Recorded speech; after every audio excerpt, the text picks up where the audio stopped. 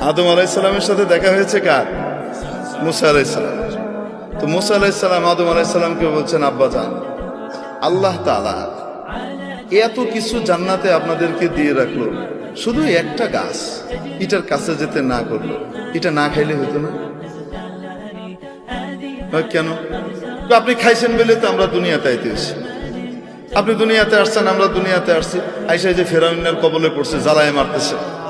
যুগে যুগে ফেরাউন, পুরুষ ফেরাউন, মহিলা ফেরাউন জ্বালায় শেষ করে দেয়। এক এক সময় এক এক ফেরাউন আসে। এই যে আমরা এখন কি করতেছি, জ্বলতেছি। আপনি কেন খাইলেন এটা? এটা না খাইলে হইতো না। আপনার কারণে আমরা এই পেরেশানিতে পড়ছি। বুঝেন কি বলে? সমস্ত পেরেশানিতে পড়লাম কার কারণে? আপনার কারণে। কে বলতেছে? মুসা আলাইহিসসালাম। আপনি এটা কেন খাইলেন? হযরত আদম আলাইহিসসালাম বলতেছেন, আমি খাইছি, তোমারে কে বলছে?